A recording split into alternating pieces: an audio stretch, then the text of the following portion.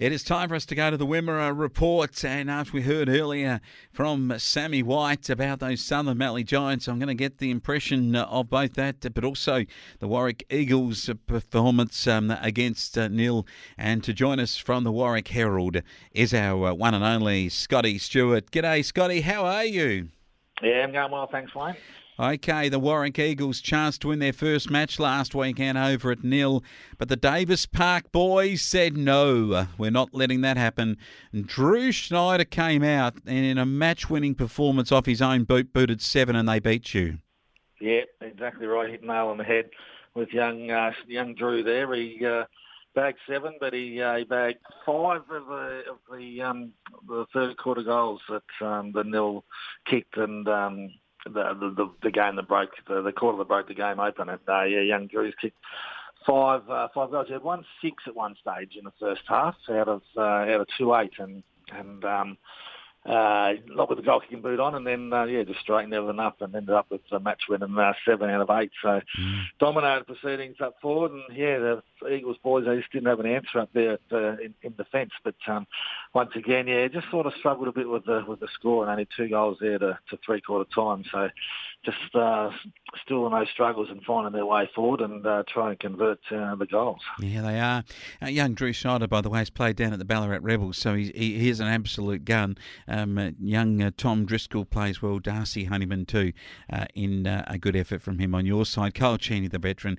Dylan Watts going well. Riley Morrow and Matty Johns are back into the side. The ruckman and the Inkster and Daniel Bell, the coach, amongst the better players. Other matches, those Giants were giantly killed by Mitch Martin booting 10. He was the difference, as they say, between the sides, 17-4 to 7-8. That's 10 goals.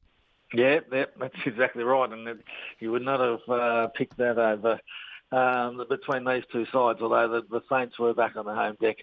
That's Coghlan Park there, and obviously I love playing there, and Mitch Martin loves playing there, doesn't he? He's bagged 10, and he's gone to the top of the goal-kicking list with that bag. It's funny how it works between him and his teammate Jared Garth, are sort of sharing spoils at the top of the goal-kicking list with their bags of goals each week. But I'm thinking the Giants just suffered with a couple of unavailabilities and injuries that they had, and just probably had a bit of a battle there. Probably when we were previewing that last week, they probably thought that the Giants probably were going to come up a little bit short with that game.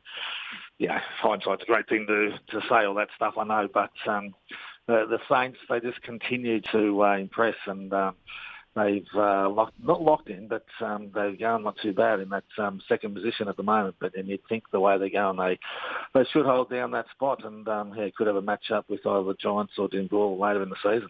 It's a good, interesting one, isn't it? Timmy went down to Stall in a big upset, 13-15 to 9-6. Did Stall just breathe life into their season, or is it that Timmy just had their eye off the ball and played right into the hands of the Southern Mallee Giants? Yeah, massive result this one, wasn't it? Yeah, it didn't pick it, but 2 times for the year now, the Store boys have knocked over Dimmy. The corresponding round, they beat them by 3 goals, and they pretty well controlled this game with over there and on the Dimmy ground as well. They jumped out of the blocks and controlled the ball pretty early, but Dimmy, they showed their fighting qualities in that first half, where they hung in there. But as you sort of alluded to there, they didn't have their best day, and showed that in the second half when the Store boys put that bit of a match-winning break on them in the third quarter, and then were able to just continue on in that last quarter and come away with a pretty handy win. And as you said, breathed life back into everything, isn't it? It's one game behind outside the top 5, and some interesting battles that come in the next month. Certainly is. An Ararat way too good for the Horsham D's in the final match, 13-13 to 1-6. Probably the only thing to bring out of this is that the Horsham D's won all the other grades, the 14s, the 17s and the reserves, but Ararat in the seniors, they were just magnificent. Didn't allow the D's to score a goal to three-quarter time, and only 1 goal. I don't reckon we've ever seen that in all the years we've been doing that the D's were kept to a goal. Yeah, you'd be about right. You don't say 12. That's 2 weeks in a row the Ararat team has done that.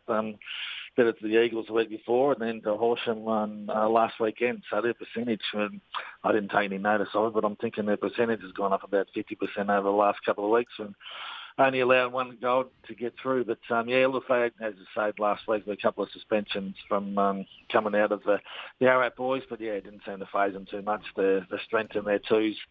The players that come up just did the job. And, probably going to, gives Matty Walter a good, nice little headache with key selections coming up towards finals there. Yeah, 5 matches to go. Stall get Ararat, the old rivals round the Easter match early on in the season, of course, and this time they play in round 14 at North Park. Look, Stall will take it to Ararat, but Ararat everywhere across the ground. Too fast, too quick, and too many goal kickers, they'll win.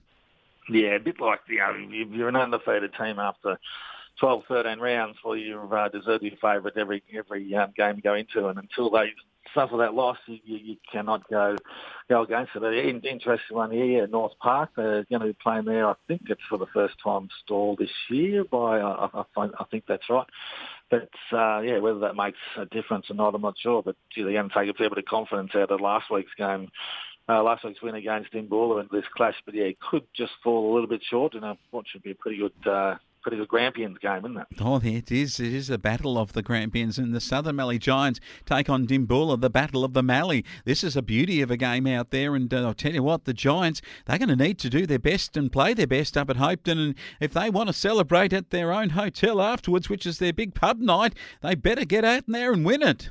Yeah, it was massive, this game, isn't it? This is, top 3 material right on the line here, both on 32 points. The Giants do have a game up their sleeve, having already had 2 byes. But, they'd love to get hold of this one and put the 4 points on the board. 2 sides that are coming off losses last week, so I'm thinking she's going to be on pretty well from 5 minutes before the opening bound to this one. I reckon she'll be a testy little game, and whether the Giants can bounce back with that's some of those injuries, a couple of key inclusions which we've already reported on, and hopefully that'll lift them up. But this is, to pick a winner, it's going to be a tough one. Maybe, the Giants on their home ground gives them that slight advantage, but Jimmy's going to want to come out hard after that performance last week. So, it should be a good one for the spectators in the crowd in this one, I think. I reckon so. We'll look out for Billy Hayes and Johnny Ross, and Lant has been good, Dylan Lant and Jack Lant too.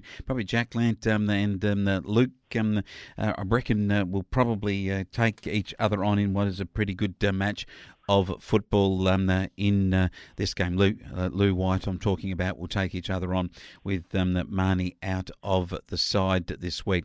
Having a look at other matches, Minya Matawa take on the Horsham Saints. This one is at Matawa.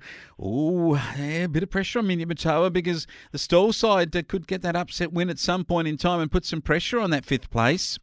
Yeah, definitely. They, if results do go the way of the favoured teams, well, we're still going to be in the same position as when they started before this round. But no, it's all like the Mini Matawa. They come back from the bye. They'll be fresh and ready to go. And pretty important game for them if they could get over the line in this one and knock over the Saints, and hope that Ararat does the job over Stall. It gives them back that 2-game break in 5th place. But it'll be interesting battle. But we're the fresh legs of Mini Matawa. But I don't know if you can go against the Saints at the minute. They every time you think, maybe the Saints are going to come into a match a bit vulnerable, they step up and come away with the win. So they deserve to probably be a slight favourite here, regardless of it's at Matawa or whether it's home or away. The Saints, they just keep coming up with it, and I see, like you spoke about, Mitchie Martin kicking 10 last week, and I think he's got a bag of 7 recently, and the other 4, Jared Garth, he's sort of been held, sort of 2-1 in the last week, so if he breaks loose again, well, that's more scoring power, so... Yep, I'll probably be tipping the Saints because they probably deserve to be start this game favourite. They do, and they beat the Minya Matawa side earlier in the season too. And Horsham D's and Nil are taking each other on. This is a chance for Nil to be the best of the rest and really say to the many times they've lost to the Horsham D's at the Horsham City Oval over the years, payback time. Yeah, you're exactly right. Couldn't agree more. They will take this as their best chance because these 2 teams drew earlier in the year, and they since then I think they've only had 1 win each after that. So they've been a bit scarce, but a big chance for either to get over this. I'm probably with you with the Nil boys here. They play a pretty good team style football, and they after last week and young Drew, what he did with the 7 goals up forward, and not that you expect him to do that every week, but he can add his 2, 3 or 4 and find a couple of other goal kickers. They'll really take it up to Horsham, who were coming off that pretty ordinary performance against Ararat last weekend. Whether that gives them a bit of motivation, and especially back on their home deck, it'll be a interesting scenario. But look, I'll probably go out on a little bit of a limb and probably could say that Neil might put their 3rd win on the board. Oh, yes, it's a big weekend. It is the Wimmera football, some excellent games of football. The Warwick Eagles get a bye, which probably, Scotty's a good thing for them at this time after a number of pretty hard weeks. And we're looking forward to the results coming through, and we'll catch up with you next week, Scotty. Yeah, no worries.